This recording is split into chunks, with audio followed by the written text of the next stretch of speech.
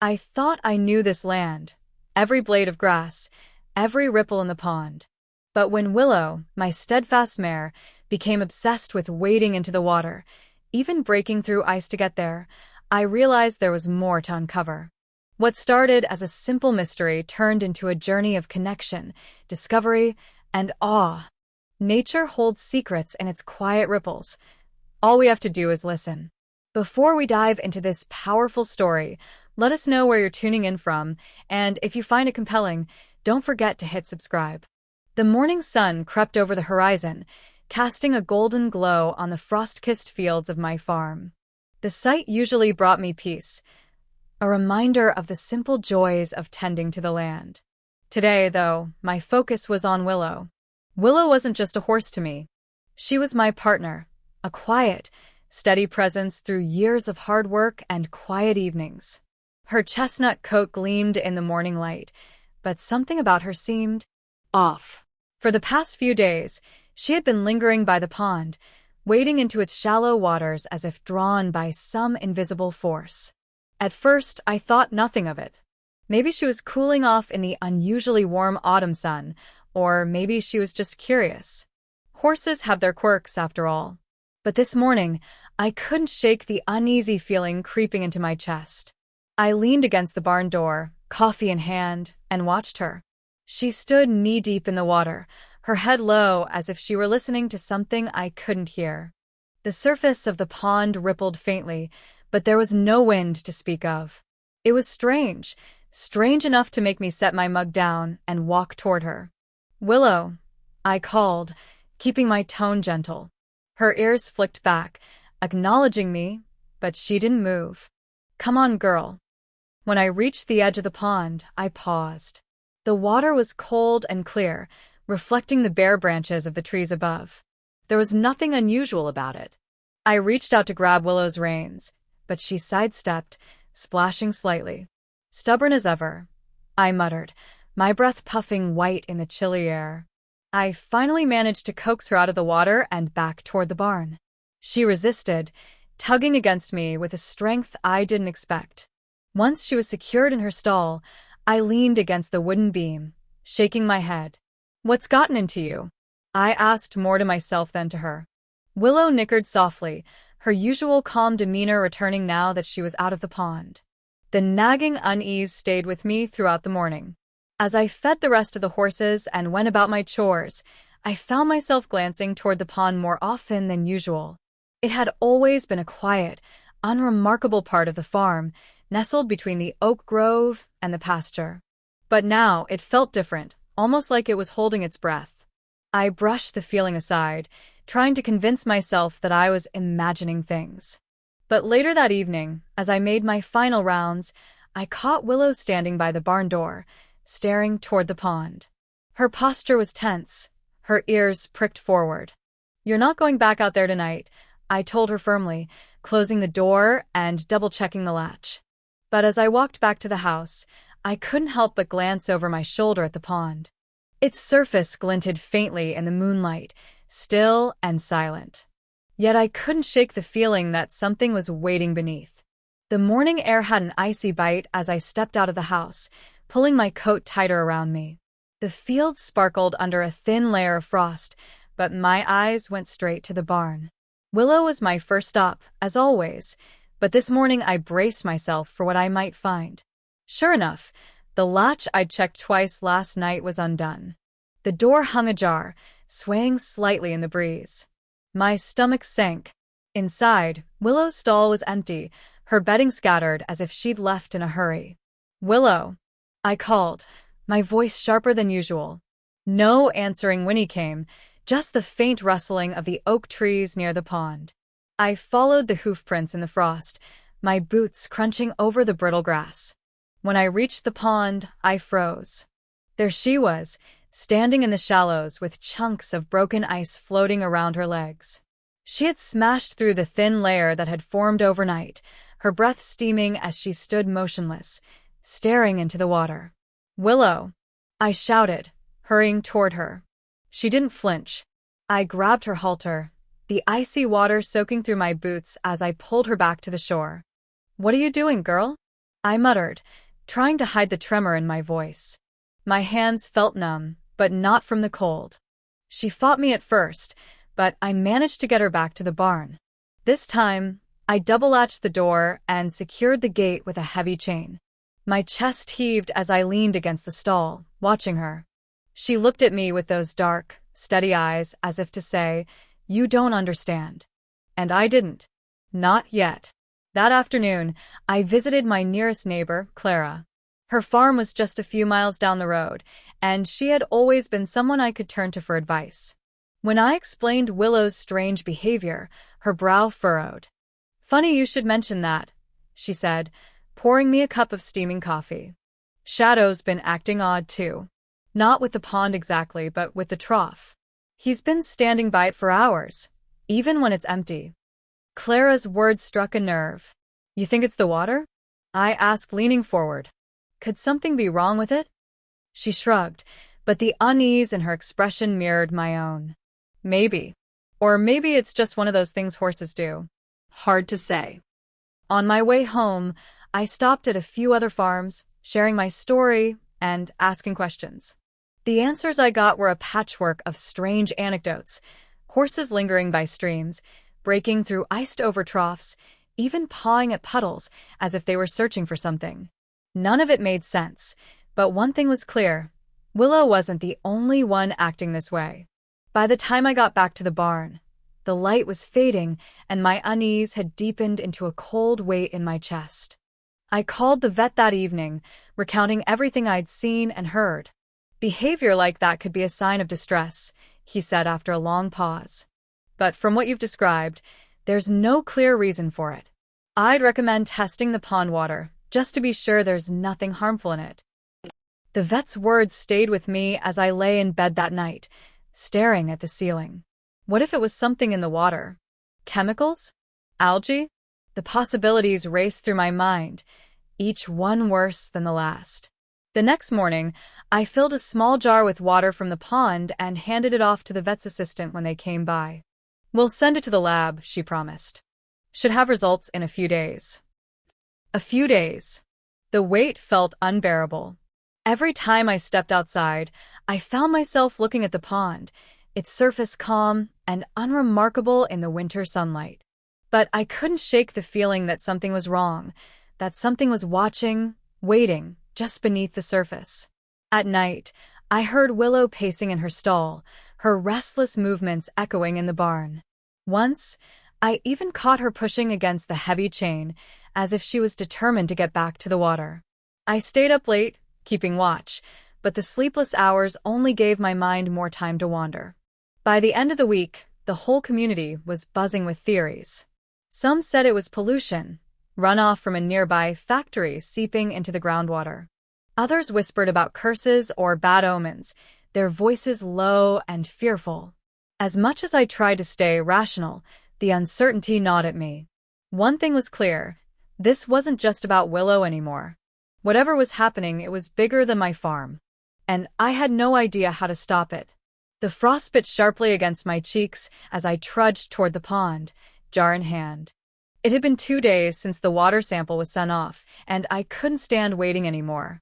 My boots crunched over the frozen ground as I stopped at the water's edge, staring into the stillness. I don't know what I expected to see.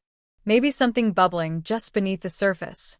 Maybe a shimmer of color that shouldn't be there. But there was nothing. Just cold, clear water reflecting the gray sky above. Willow watched me from the fence, her ears pricked forward, her breath visible in the crisp air. "You're not going in there again," I muttered. But even as I said it, I felt a pull of my own. I had to know. I stepped closer, the mud sucking at my boots as I waded into the shallows. The cold was immediate, biting through the thick rubber and into my skin. I held my breath, my pulse thudding in my ears as I crouched to peer into the water. It was clear as glass, the sandy bottom undisturbed. Then I felt it, a faint prickling, like tiny needles brushing against my legs. I flinched and stood quickly, the icy water sloshing around me. My first thought was leeches, but when I looked down, I saw them. Tiny, translucent fish darted through the water, moving with a strange, rhythmic precision. "What the hell are you?"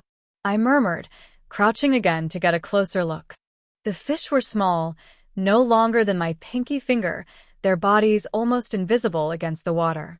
I reached down, and to my surprise, one swam right into my palm. Its tiny fins tickled my skin as I lifted it closer to my face. I didn't recognize the species. I knew enough about local wildlife to know they didn't belong in this pond, or anywhere near this farm.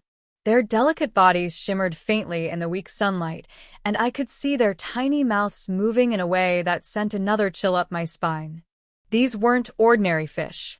I released it back into the water and stepped out of the pond, my mind racing. Wrapping my coat tighter around me, I grabbed a bucket and scooped up a few more fish. I had to show anyone who might have answers. By the time I reached Clara's farm, my hands were shaking, though I couldn't tell if it was from the cold or the adrenaline. I set the bucket down on her porch and gestured for her to look. "Tell me you've seen anything like this before." She leaned over, her brow furrowed. "Not around here," she said after a moment. "But wait." Her voice trailed off as she went inside and returned with an old book. Flipping through the pages, she stopped at a sketch of a similar fish. "These things, they're used in spas. People pay for this weird exfoliation treatment." I stared at her, uncomprehending. "Spas? What do you mean?" "They eat dead skin," she said bluntly, tapping the page. "They're harmless. Therapeutic, even. But how in the world did they get here?" The drive back to my farm felt surreal. Therapeutic fish? Eating dead skin? It sounded ridiculous, yet it fit. The strange pricking sensation in the pond. The way Willow kept going back, as if she couldn't resist. It wasn't the water she was after, it was these tiny creatures. I spent the rest of the day online, combing through articles and forums. Clara was right. These fish, often called Dr. Fish, were popular in spa treatments for exfoliating skin. Somehow, they'd made their way into my pond, thriving in an environment they were never meant to inhabit. The pieces of the puzzle were starting to come together, but the picture it painted was stranger than anything I could have imagined. Willow and the other horses weren't in danger. They weren't distressed or sick. They were drawn to the pond because the fish gave them some kind of relief. But the question that lingered, the one I couldn't shake, was simple. How did they get here? That night, as I sat by the fire with my boots drying on the hearth, the thought kept circling back. I couldn't decide if I felt relieved or unsettled. The mystery wasn't over, but at least I knew Willow was safe. When I went out to check on her, she was calm for the first time in days. She leaned her head against my chest as I stroked her neck, her breath warm against my cheek. "You're something else," I whispered. "But I think I'm starting to figure you out." As I stood by the barn door, looking out at the pond, I felt a mix of emotions I couldn't quite name. Relief, certainly, but also wonder. Because if something as small as a fish could bring such a profound change, what else might I have been missing all this time? The next morning, I couldn't wait any longer. The horses, the water, the fish, none of it made sense on its own, but together, the picture was becoming clearer. I invited the neighbors to my farm, telling them I had something to show them. They arrived in ones and twos, their faces lined with the same worry I'd been carrying for days. Clara brought her book, and another neighbor, Henry, came with his own water sample in a jar, insisting we compare it to mine. The group gathered by the pond, murmuring quietly as they looked at the still water, now holding secrets we couldn't ignore. "I think I've figured it out," I said, standing by the bucket where a few of the tiny fish swam in circles. "It's not the water. It's these." I reached in and carefully lifted one of the translucent fish for them to see. The crowd leaned in, their curiosity overriding their unease. "What the hell is that?" Henry asked, his brows furrowed. "They're called Dr. Fish," I explained, setting the small creature back in the bucket. "They're not native, probably introduced by accident. They're harmless, but they feed on dead skin. They're used in spas for exfoliation." For a moment, there was silence. Then Clara chimed in, holding up her book. "He's right. I looked them up too. They're invasive, but they're not dangerous. They're the reason the horses are drawn to the ponds. I expected the relief to be immediate, but the group's reaction was more complicated. Some laughed nervously, their fear dissolving into awkward chuckles. Others looked skeptical, as if I'd made the whole thing up. "So what?" Henry said, his tone sharp. "The horses are getting some kind of massage?" "It's not a joke," I replied, trying to keep my voice steady. "Think about it. The water didn't change. The horses did. These fish, they're giving them something they didn't even know they wanted. Comfort. Relief. That's why they're obsessed with the ponds." A murmur rippled through the crowd. The pieces were falling into place, and I could see it in their faces. They weren't entirely convinced yet, but the fear that had gripped all of us was beginning to loosen. After the neighbors left, I found myself sitting by the pond, Willow grazing nearby. I watched the water ripple softly as the fish moved below the surface. The thought that something so small, so seemingly insignificant, could hold such power over us was humbling. Willow wandered over, nudging my shoulder with her muzzle.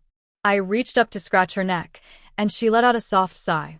"I should have listened to you," I said, my voice quiet. "You were trying to tell me something all along, weren't you?" For the first time in weeks, I felt a sense of peace settle over me. Willow's strange behavior wasn't a cry for help. It was something I hadn't considered, an instinctual response to something natural, even if it was unexpected. The next few days were a whirlwind of conversations and decisions. The community came together, each of us sharing what we'd learned and how we'd misunderstood the situation. Henry, always the skeptic, was the first to admit he'd been too quick to panic. "You're right, Ethan," he said one evening, standing by the barn. "It's not dangerous. It's just different. And maybe that's not a bad thing." We decided to involve environmental experts, people who could help us understand the fish and their impact. Clara took the lead on contacting local agencies, while I focused on gathering information from the farmers. Together, we built a plan, not just to manage the ponds, but to protect them. As the days went on, the tension that had once hung over the community began to fade.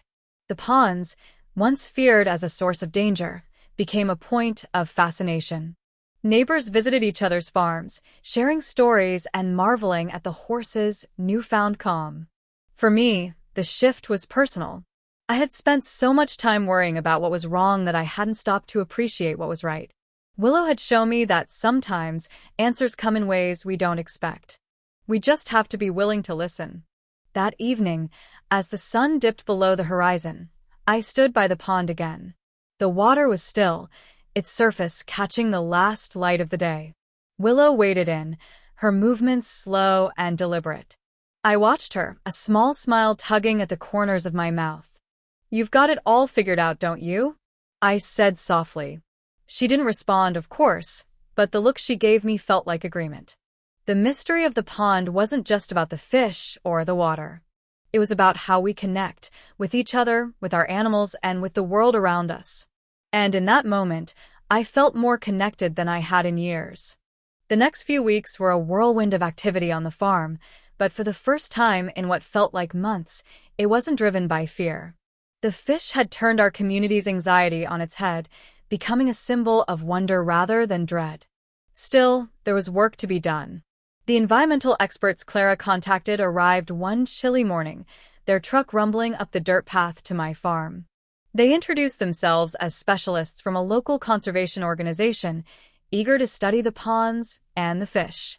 We stood by the water, watching the tiny creatures dart below the surface as they explained their findings. "These fish are definitely not native," one of them, Dr. Patel, said. "They're from warm regions and usually can't survive in climates like this." My guess? They hitched a ride on some farm equipment or came in with a shipment of fish feed. Once they found the ponds, they thrived. Henry, who'd come along out of curiosity, crossed his arms. "So they're an accident?" "An accident, yes, Dr. Patel replied. But not necessarily a bad one. They've clearly adapted well. The horses seem to like them, but we'll need to monitor their impact on the ecosystem. They could disrupt local species over time." The community embraced the opportunity to learn more.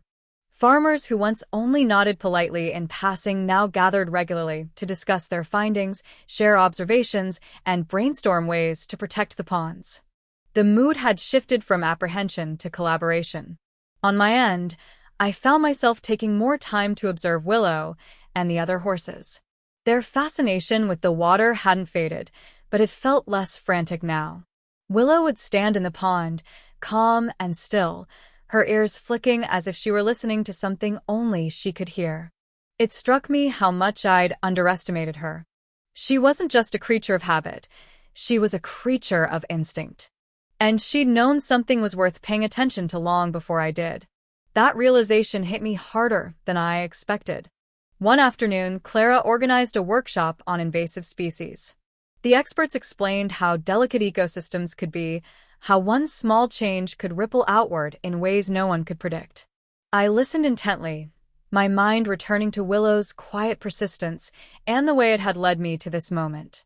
When the session ended, I stood with Clara and Henry by the pond. "This whole thing," Henry said, shaking his head. "It's a reminder, isn't it? That we don't have all the answers."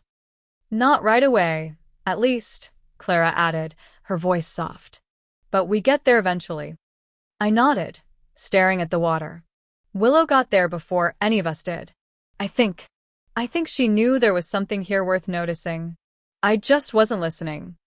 They didn't say anything, but the look they gave me was one of quiet agreement. Back on my farm, I began to make changes.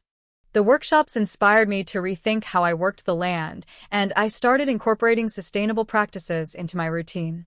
I read everything I could find on managing ecosystems, balancing productivity with preservation. It wasn't just about the fish or the ponds anymore. It was about seeing the farm as part of something larger. My neighbors followed suit. We started referring to the ponds as Willow's Waters, a lighthearted nod to the horse who'd set everything in motion. The name stuck, and it felt fitting, a reminder of how something so small and strange could lead to something so significant. One evening, as the sun dipped low and cast a golden light over the fields, I stood by the pond with Willow at my side. The water rippled softly, the fish moving just beneath the surface. It was peaceful in a way that felt new, as if the land itself was breathing easier. "You've taught me something," I said to Willow, resting a hand on her neck. "To pay attention, to look closer, to trust that there's a reason for the things I don't understand." She let out a soft nicker and I smiled. Maybe it was my imagination, but I thought she understood. The evening sky blushed in hues of pink and orange as I walked toward the pond. The air was crisp but calm, carrying the quiet hum of a farm winding down for the day. Willow trailed behind me, her steps unhurried, her presence a familiar comfort. We stopped at the edge of the pond, and I watched her step into the water, her movements careful yet deliberate. The tiny fish swirled around her legs, their translucent bodies catching the fading sunlight. She stood there, serene, as though this small ritual brought her a kind of peace I could barely understand. I sat on an old tree stump nearby, letting the stillness wash over me. The water rippled softly, reflecting the sky's colors, and for the first time in weeks, I felt the weight of uncertainty lift completely. This whole journey, this strange, winding path of questions, fears, and discoveries, had changed me. It wasn't just about the fish or the horses or even the ponds. It was about learning to look beyond the surface, to see the threads that connected everything. The land, the animals, the people who depended on both. Willow raised her head, her ears twitching as if she'd heard my thoughts. "You knew all along, didn't you?" I said, my voice low but steady. "You were telling me something, and I wasn't listening." She waded deeper, the water lapping gently at her legs, and I realized how much I'd misjudged her at the start. I'd thought her behavior was strange, even troubling, but now it felt like she'd been showing me something vital, something I'd forgotten to see in the rush of daily life. Later that evening, as the stars began to blink into the darkening sky, I leaned against the barn door and looked out over the quiet fields. The pond shimmered faintly in the moonlight, its presence no longer mysterious, but comforting. Sometimes, the answers aren't loud. They don't shout or demand attention. They ripple softly, waiting for us to notice. And when we do, they change everything. I glanced back at Willow, now resting peacefully in her stall. Her journey to the pond had felt like a puzzle I needed to solve, but it was more than that. It was a reminder, a lesson in patience, observation, and trust. In the weeks that followed, I found myself sharing the story with anyone who would listen. Neighbors, visiting friends, even strangers passing through, each of them left with a smile, some with a sense of wonder. The ponds had become more than just a place. They were a symbol of the unexpected connections that make life beautiful. Willow's waters, as we'd taken to calling them, continued to draw visitors, not out of fear or curiosity, but out of appreciation. We learned to embrace the small surprises nature offered, to work with them rather than against them. For me, the greatest lesson was simple. The world has its own rhythm, its own way of speaking.